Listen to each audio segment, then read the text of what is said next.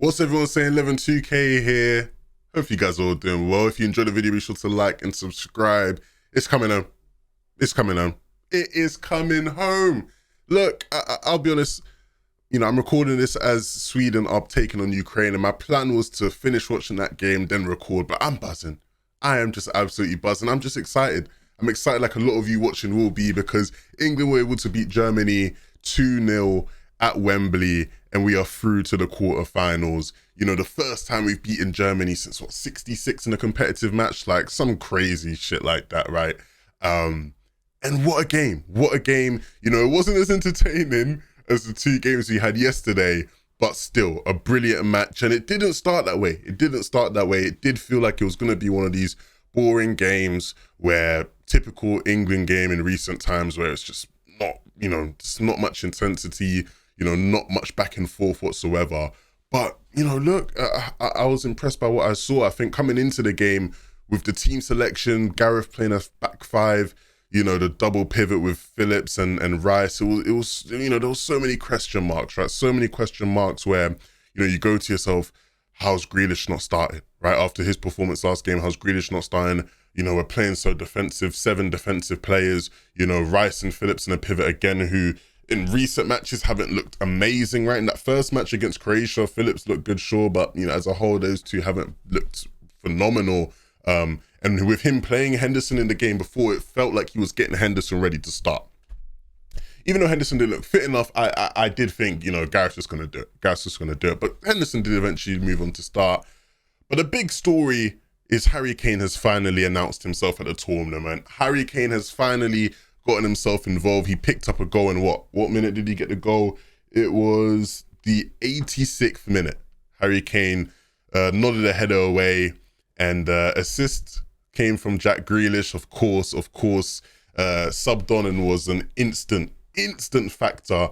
As soon as we subbed him on, he changed the game for us, and it just allowed for us to have that extra bit of creativity, and he was involved directly in both goals. Well, indirectly in the first one, but, he was still involved in the build-up for that.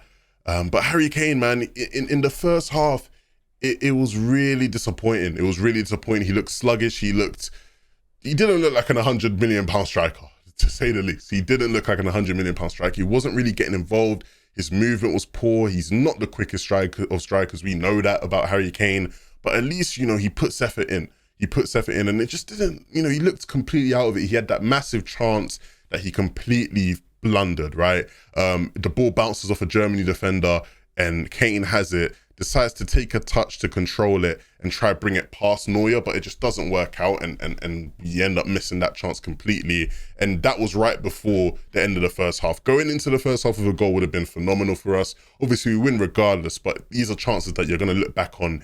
If things do go wrong, you're thinking, these are the signs, right? But in the second half, he was able to get his goal. And as a whole, look, the reality is that with Harry Kane getting his goal, that's it. He was always going to be solidified in his starting position. Gareth was never, ever going to drop him. But this now vindicates that even more, right? Like, Harry Kane is here to stay in the tournament, for sure. But I do think things need to be addressed, because he was absent for a lot of this game, completely absent. And so hopefully we see tactical adjustments to stop that from happening, because we can't afford in some of these bigger games for him to be absent like that. And, props to Raheem Sterling as well. Raheem Sterling picking up the goal, boy from Brent, proving the haters wrong, proving me wrong. And I think the big thing about Raheem Sterling is, let's be real, he's incredibly frustrating, the majority of the time. He's incredibly frustrating to watch. He carries the ball for too long. He just doesn't have great vision, doesn't know when to let go of the ball at times, runs the ball into nowhere.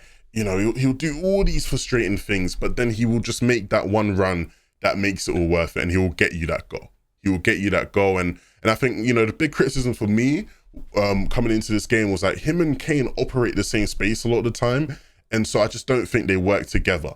And where Sterling's just been the better of the two, I would prioritize Sterling, especially in games where we are trying to get goals in transition, because we've been so strong in transition. We have been just so strong in transition, on the counter attack.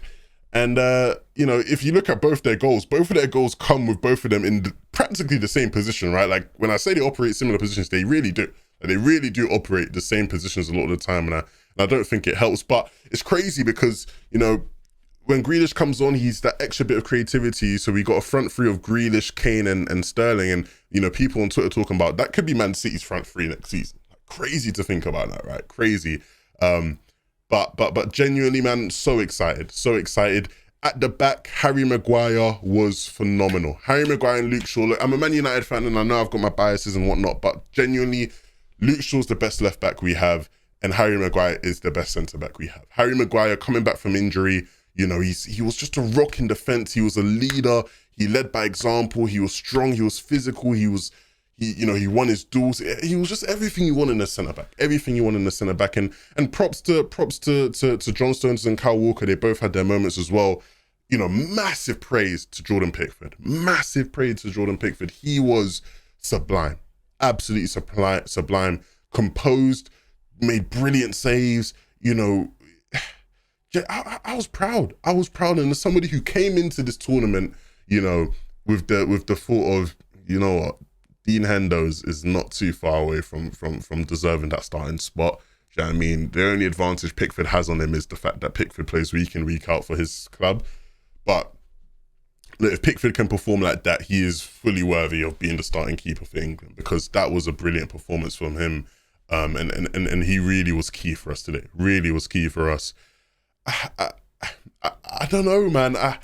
I really enjoyed a lot of that match, and I really enjoyed certain people's performances.